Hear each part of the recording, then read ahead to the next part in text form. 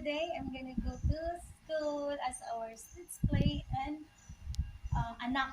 Yes, the movie Anak. We're gonna make a film and we're gonna perform it for our final grading in Filipino. So this is my outfit as a boss of OFW from Hong Kong. So God bless. I hope it's gonna good and I declare it successful. Thank you, Lord. Amen. Bye. So that is for today. Good luck to all of us. Thank you, Lord. Thank you, Lord. And my first scene there is I'm calling Lorna, which is the OFW. I'm the boss. I'm gonna say, Lorna, come here first. While Lorna is sweeping the floor, and then I have the clothes. I'm gonna like that. Babagsak ko siya. Sabihin ko, focus this clothes.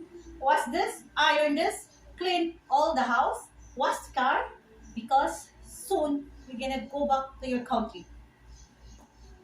And then the Lorna said, I will, ma'am. Yes, ma'am. Okay, I'm gonna write soon. Yan, cut. Ano naman. Second is the principal, which is I'm gonna go, ipapahiya ko yung bata kasi since si Mark ay scholar but napabayaan na niya dahil nga sa problema nila sa family with it based on the story of Anak. So again, I'm gonna go to the classroom.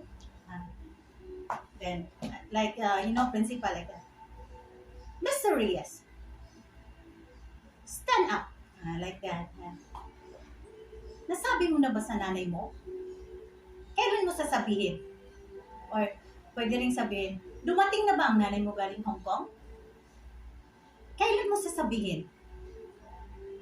You need to pay the tuition since you are not already having a high grades. Kailangan mo na magbayad ng tuition. Pakisabi sa nanay mo. Sagot naman si Mark, okay ma'am, I will tell. Hindi ko pa po sinabi. Tapos sabi ko, Mr. Reyes, I'm very sorry. Napabayaan mo ang mga grades mo. Unti-unti na itong bumabagsak. Okay, ilabas mo na yung mga...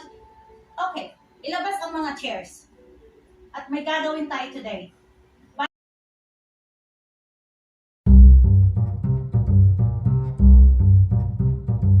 Hi guys! I'm going down. So this is the outfit I'm gonna use for our vlogging. Our Stitch play today.